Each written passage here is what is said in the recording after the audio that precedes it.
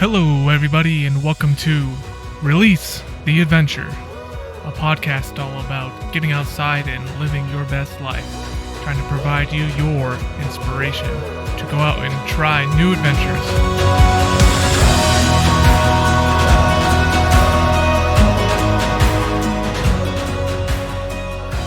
Hello, and welcome, everybody. Thank you so much for joining us today. It's going to be another solo ride episode with just me, your host, Shawn. Brad and I were not able to link up again today. Unfortunately, life happens. Stuff happens. I'm going to blame #coronavirus, but it is what it is. Just you and me and the floorboards, staring into each other's eyes, looking deeply, looking so nice today in your turtleneck sweater, wearing it all the time. Anyways, today, guys, I want to talk to you about why I got into mountain biking. Boy, mountain biking. I freaking love mountain biking. It is just such a wonderful process. It's such a wonderful sport. It's just one of the best activities that have changed my life for the positive, and I really hope that I can continue doing it as long as my body allows me to keep doing it. So I want to get into some story time today about why I got into it and how it helps me in my everyday journey.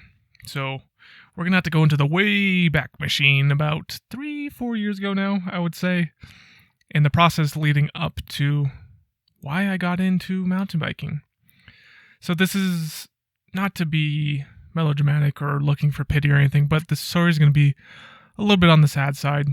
So I'm going to apologize in advance. I'm not trying to come off that sort of way where it's looking for pity or anything. But anyways, so about 3-4 years ago, actually 4 years ago, much like Will Smith, my life had been turned upside down, Fresh Prince of Bel-Air style. And things were hard at that moment. I was 21 years old at that time. Didn't really know what the heck I was doing for many, many reasons. And then one of the worst things that could have possibly happened to me in my life happened. I got some really terrible news. Really, really terrible news. My mother had been diagnosed with stage 4 cancer. She was diagnosed with stage 4 colon cancer. And the doctors also said that most of her lymph nodes in her body were already infected with the cancer. Like I said, I was only 21 years old at that time. Still a very formative time in my life. I'm only 25 now, soon to be 26 here in a few months. And the thought of losing my mother was absolutely heart-aching, heart-wrenching. It was the worst possible news anyone could have possibly given to me. Especially at such a late stage 4 colon cancer. The odds of survival are extremely low. In addition to that, I was also having other family troubles at that time. One of my other family members, who we will rename as Susie, for anonymous reasons. But Susie was getting herself into a lot of trouble. Susie is one of my aunts. And so Susie had 3 kids, and my grandmother was also living with Susie at the time because my grandma retired early and she didn't have a nest egg saved up. So she was kind of reliant upon my aunt to provide a home over her head, and my grandma would do her part by paying groceries and rent with her Social Security check. Like I said, Susie started getting into a lot of trouble. Susie started getting mixed in with the wrong people. Susie started selling drugs. Not just light stuff, like marijuana, weed. You know, that could be forgiven in my heart. No, but she started getting involved with serious drugs. And to our family's knowledge, she was getting involved with meth and cocaine and possibly heroin. This is all the while she had 3 kids, one of which was a preteen, one of which was about 7 years old, and one was about 3 years old. You can obviously understand how terrible this is for the entire family at this time.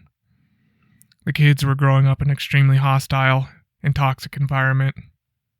My grandma was getting pushed to crazy means to try to protect the kids, something that she was not prepared for the task. She tried her best, though. Susie eventually started to become paranoid because of her drug deals. And because of that, and also due to the drugs that she was personally taking, she became extremely paranoid of her own children and her own mother, my grandma. So she eventually started taking her anger out, and she would require my grandma to prove to her that she wasn't some kind of narc. And whether or not my grandma passed at the time, it didn't matter. My grandma wasn't going to narc. She was scared and didn't know what to do. But Susie would still, no matter what, beat up my grandma. Beat her own mother, and it was extremely hard hearing that my grandmother had to go through that against her own daughter. Eventually, Susie's problems caught up to her when she tried to get her oldest child to help her with the drug deal, the preteen. Eventually, CPS and the cops found out. Her problems caught up to her. And overall, I was put into the middle of this because as soon as Susie, my aunt, went to jail, my grandmother, step-grandfather, and myself had to try to find the 3 kids a stable home at that point. And for whatever reason, I was kind of at the epicenter of this. CPS was asking me for a lot of advice of who could potentially take them in. Eventually, with brainstorming with the oldest child and my grandparents, we were able to find a loving couple that was a middle school teacher to the oldest one. Really huge problem solved. It was hard at the time because during that process, I was seriously considering adopting all 3 of my cousins, and it was extremely heart-wrenching to not be able to help them and come in to my life. It was very hard just kind of letting them out into the unknown when they had already experienced so much trauma, letting them go off into some stranger's life when we barely even knew them. Sure, they were a teacher, but how much is that really worth nowadays? You would think a teacher would be trustworthy, but do we really know? Fortunately, this part of the story, there's a happy ending there. And these people were good people. And it was a successful transition. And they were able to find happiness and attend counseling. But in the moment, I was feeling so much dread and anxiety of whether or not I had made the right decision to let them go, to where I couldn't personally oversee things. It was very difficult. Also during this time, again, we were trying to figure out what to do with my mother's condition. And all of this was just piling and piling up on me at the time. Between my family, my Aunt Susie, my grandmother, mother, and my cousins, it was all a little bit too much for me to handle. And this almost pushed me to one of the few breaking points in my life where the stress was extremely overwhelming and it didn't seem like there was a good option out. And as you know, eventually things did shape up. Things got better. But in those moments, my normal hobbies and routines just weren't cutting it. Normally, I would play all different types of video games. I have a very nice computer, and it's always been enjoyable to me since I was a kid. Started playing video games at 4 years old to release my stress and my worries through video games. However, that old song and dance wasn't cutting it anymore. The stress and the anxiety and the fear was growing to me, and it was getting to me. And so eventually I would lash out in different ways. I would throw a fit and throw these temper tantrums where I would throw my mouse around and all these stupid things that are regretful and childish and stupid. And so I realized that I had a growing issue with anxiety and stress, depression, and anger. And so I knew I needed a new healthy way to relieve myself. And so I don't know what led me down the road, but eventually I think it was just watching YouTube, and I saw videos of these guys just living their best lives, going outside and traveling the country and riding on the greatest trails that the country has to offer. And this was just so inspirational to me. This was a life that I wanted to try to live, or at least my version of that. My best version of that. I can't just live someone else's life because I'm not them. What's best for them is not best for me, even though it does sound very appealing. And so, first things first, if I want to go out there and ride the best trails in the world, gotta get that mountain bike though. And so, I do what I usually do when I'm attempting a new project. I delve into the research. I look at everything. How expensive it costs to buy a brand new bike. See if there's any leasing options. See if those leasing options are right for me, which they weren't, which is okay. And so I continue researching if I want 27.5 tires, 29 tires. Do I want Fox or RockShox? And which type do I want? Do I want a Reba, a Juddy, a Fox 34?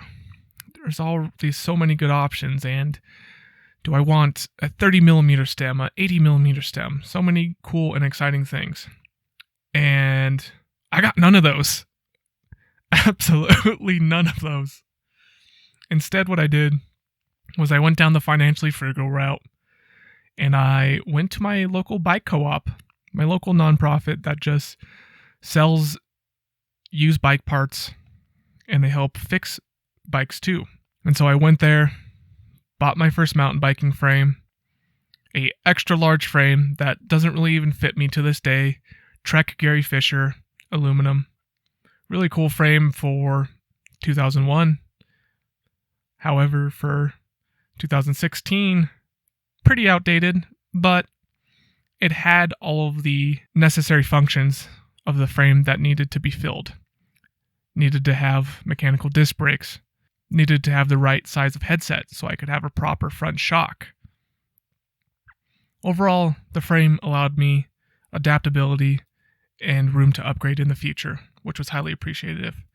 And so I go down the same route with all my other parts. Buy a little bit here, buy a little bit there. Have a crappy wheel set, have a crappy drivetrain. And then I finally get the first somewhat nice thing of the build. My RockShox Reba fork. 100mm of travel. Whoa, 100 whole meters. For a while we were just dealing with rigid. So this was at least a step up. And then, slowly over time, when I got out there and I finished my bike, I finally got to ride the bike. And immediately, I was so excited.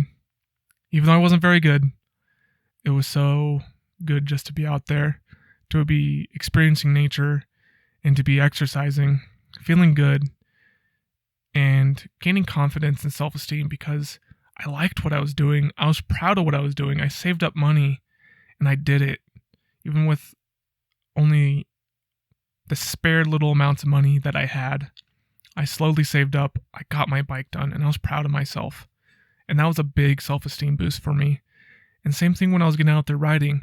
Whenever I went out and I tried something a little bit harder and a little bit harder, it would raise my self-esteem more and more.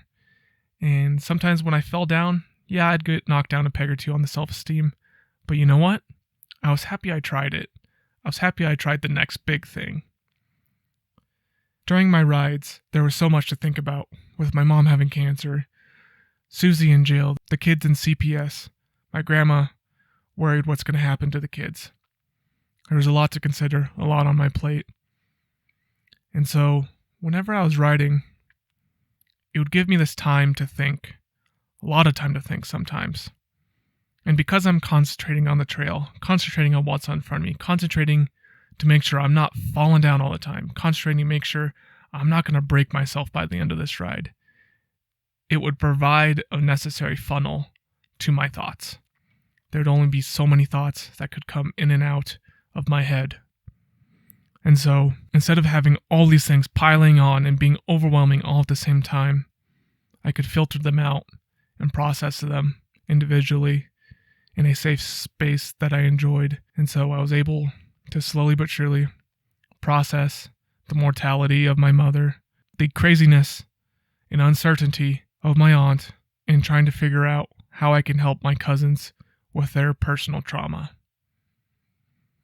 It was a lot to take in, a lot to understand, and as I rode more and more, I was able to accept these problems, try to find solutions, and if I couldn't find a solution, accept that that's okay too, and that sometimes life has a funny way of working things out, and that it's okay that I don't have all the answers, because it's unfair to myself to think that I do have all the answers and to expect that of myself. The weight of the world shouldn't be on my shoulders, nor should the weight of the world be on your shoulders for your life's problems. As I got better with the mountain biking, I was able to get some of my closest friends and family interested in the sport too. And I would just rave and rave and rave about how amazing it is. And I would talk about the Stoke. But even though the Stoke is great, I think the best part about mountain biking is that clarity that it provides you. Those moments of solitude that your mind needs to work through your thoughts. So the next time you're struggling with your inner demons, your thoughts, and your problems, I challenge you to think about how you can help yourself. And from me to you, I'd recommend mountain biking. It's a wonderful process. You get in shape. You get that active meditation of viewing your thoughts through a necessary funnel. I really appreciate you guys listening. I think that kind of wraps up the story today. Maybe in the future, when we need kind of these solo ride episodes, maybe we can go into the story more, because my mom and I's story hasn't been completely told yet for you guys, and I would like to talk about that more one day. But for now, I really appreciate you guys listening. If you want to hear more from us, we would really appreciate that. You can follow us on any podcast platform, yours of your choice. We are wherever podcasts are found. And you can also follow us on social media at ReleaseTheADV on Twitter. You also have a chance to win a $20 gift card if you send a screenshot of your Release the Adventure subscription to us on Twitter. Also, I would highly appreciate it, but consider sharing this with a friend for those of you who think can gain something out of our stories and our advice and our interviews. We would really appreciate that. We're trying to grow this podcast to where we can potentially, maybe, if we're lucky, hit the new and noteworthy section of iTunes. If you guys are more into the photography side, Brad is in charge of our Instagram, and you can follow us on at ReleaseTheAdventure. I hope you guys have a wonderful week, and it was great riding with you guys.